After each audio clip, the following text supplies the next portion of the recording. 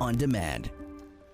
All right, we are back, everybody, and this morning a ribbon cutting was held downtown in the capital of Hagåtña for the Guam Relief Center. And joining me now with the purpose of the center and how people can avail of the various services they provide are Kathleen and Clarissa. Half a day, ladies? Half a day. And okay, you've been doing like the media tour all day. It's a really tiring and logistically intense thing to open up any organization, especially like a relief center. But I know going around to like all the media and having people like me talk to you too can be kind of exhausting too. So, you know, we'll give you some nice coffee on the way up. It's a little intimidating. No. Wait, hey, we're both from Hagåtña Heights, come on. And Clarissa's from Hagåtña, so you're among friends here and everything. Yes. But first of all, ladies, congratulations on opening this. I know these kind of things, as I said, you know, it's been a long time coming. There's a lot of work that went into this. So maybe Kathleen, just start us off by giving us some context about like who the center is designed for and the services it provides. Okay, so basically it's a customer service center. The purpose of the relief center is to bridge the gap between the constituents, or basically the whole community out there, and government and Guam agencies. You know, one of the things, there's so many public assistance programs out there right now, and I know that applications can be so dreadful. So we're here to assist, help the constituents fill out applications, collect any documents that is needed for any of those applications, so that by the time it gets to the agency that has to approve or disapprove it, the application process is complete. So we're trying to tie that down. So basically, if they need assistance in obtaining a mayor's verification, maybe they don't have a Guam ID. Those are some of the examples that we're there to try and bridge that gap so that we can be the liaison and help them obtain those. Very cool, because I know, Clarissa, it can be kind of, like Kathleen said, it can be an intimidating thing if you're a young person and this is your first time, you know, trying to go, and you know, you may wind up going around the island 3 times just to figure out that, you know, something was downtown in Hagåtña, or you just had to go to Barrigada. You know, I knew it was like that for me when I had to register for selective service, you know, get my car insured and everything like that, and I was going all over the place and everything. So the fact that you guys have actually consolidated that, like under one roof, is fantastic. Yes. So the Relief Center is open from Monday through Friday, 8 to 5. Contact number is 475-2060. They can call and inquire, or they can just come down.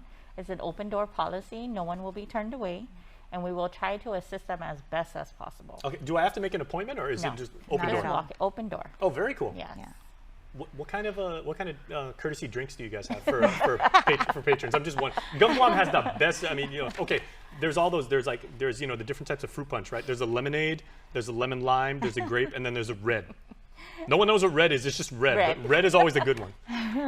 Also, and I just want to throw it in, if people are having transportation problems, we're also coordinating with the Guam Mass Transit in order to, if you can call in and say that you need assistance, and we'll make that arrangement with Mass Transit to have that transportation for them. Very nice. Okay, so shout out to our friend Richard Ibanez for working. Yeah, Richard, so shout out to Rich for making that happen. That's a very wonderful service. Yes. Okay. What are some of the, Clarissa, maybe what are some of the questions that you're already you know, hearing from constituents or people about, like, you know, the most common questions? We've had a few customers come in today inquiring about the emergency, the ERA, the emergency rental assistance. They just kind of want to know what the status is of their, you know, what's going to happen when it expires in September, and we have staff to sit with them and help them through that process. Can I just go over a list of what programs are available on-site application? Sure, please do. Okay, so we have the Guam SNAP Supplemental Nutrition Assistance Program, Public Welfare, Medicaid Program, Medically Indigent Program, that's the MIP, Child Care Development Fund, Programan Ipinilan y Famaguanguahan Child Care Services Program. We have the Relative and In-Home Care Provider Programs. We also can assist with people who want to inquire about the COVID-19. And there, right there, is the ribbon being cut. Sorry, real quick, Clarissa, how did it actually feel when you saw it? I mean, you know, it's such a formality that people, that, you know, these dignitaries, we saw like the governor, the lieutenant governor, some of the agency heads and everything, just cutting the ribbon symbolizes it's now open. But for you guys and, you know, for operational staff, you know, what is it, how do you feel that all of the work that you put in to get this, to get it to an operational state, it's now upon us, and now you guys can serve the people of Guam? Well, our team feels excited. We're happy to be able to be a part of, the governor and the lieutenant governor's vision to bring. I think we know her. Yes, that's Kathleen. Yes. I mean, the purpose of this is to provide the best customer service possible. Wow, those are nice cubicles too. Yes. Hey, like they say, happy wife, happy life. But in this case, you have a very wonderful. I mean, it's a very inviting workspace. It looks very, very comfortable, not intimidating. It's a comfortable space because that's where we will be working with our customers too. And most of these applications are very long, so we want them to feel comfortable and not so clinical. Okay. We want to bring that comfort to them and make them feel more comfortable in their workspace. Okay, so how many staffers do you have, and is the office divided up in any way into are there departments? So if you want to go, like you said, for the ERA program, you got to go to one person, or the SNAP program, or is everybody very well versed in all the programs? Yeah, so right now everyone is cross-trained. Wow. We do have. It really is one-stop shopping. We don't want to really say one-stop. That's the other place. Yes, it's a Sorry, relief one-stop. center, yeah. But we have program coordinators that have vested their time in really reading up on these programs, so that they can assist with the customer service in more of the technical questions that may arise. So currently, we have about 15 staff members on board. Again, this is the opening of it. So as it comes to play and we see the need for more people, then we would go out and try and get more staff to assist properly. Did these people, these wonderful staffers that have, made the commitment to help the people of Guam with these programs, did they come from other agencies, or were they hired just for this office? We have people that are hired, but we also have detailed people coming in to assist more of the technical aspects of that. So they know this stuff like the back of their hand already. Yes. Yeah. So for example, we have one of the staff that is detailed over from public health at the moment. She's coming from the SNAP and welfare programs. So as they come in, she can help us review those applications, ensure that everything is filled out properly, all the documentations are there. So once it goes to public health for that approval or disapproval, it's more of a fast process. Because right now, some people, once they fill out all the application, it gets up to public health, and a lot of times it's not so much that they're disapproved because of income level, but disapproved because they didn't attach the right documentation that's needed. Sure. So we're trying to eliminate that. We're trying to help them, and some people just don't know where to go for these documentations, so we're there to help them. And the governor in her State of the Island address talked about streamlining government operations and making things, easier for the customer and, us as Guamanians. I think this is a perfect illustration of that. Yes, and we're hoping that people that really need this assistance comes in.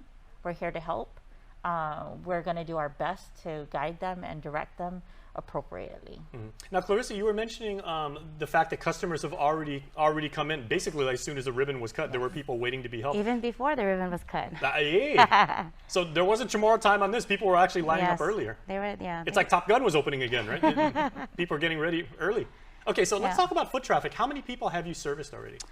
Right before we left the office, I took a look. I think we probably saw about 6 or 7 people already. But the phones are ringing off the hook.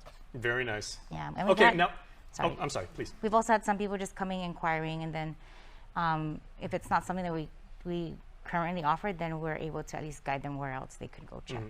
Okay, now with that being the case, I know there's a lot of people watching this and say, wow, that's something that I would really love to do. I want to contribute to Guam. Are there do you guys have your own webpage or your own social media profiles right now? And is there a careers section, if people want to do this for a living and help out? As of right now, our webpage is being developed. Cool. So that's going to come up soon. But I just also want to add that we are the OHAP office is also located there, and that's the Office of the Homeless Assistance and Poverty Prevention. So they're situated there too. So they're to help in that situation when it comes time for it. Very, very cool. Yeah. And final question. What are you seeing at least, it's only been open for, maybe a little more than 90 minutes, right? But what are you seeing in terms of how long people, when they need assistance or when they have a question and when they sit down with one of these, learned experts about GovGuam programs, how long are they taking? Because can people do this in a lunch hour, or should they kind of like tell the boss, hey, I have to take like a half day off because I got to go to the Guam Relief Center? Maybe not a half day, but you know, some of those applications are very lengthy, and they do entail detailed information about yourself. So maybe an hour to 2 hours is what you probably would have to time. That's fast. Well, we've been going over these applications, and we're trying to, I mean, the hardest part is going to be the documentations. But the good thing about it is if there's documentations that are needed, you don't have to sit there and wait for it.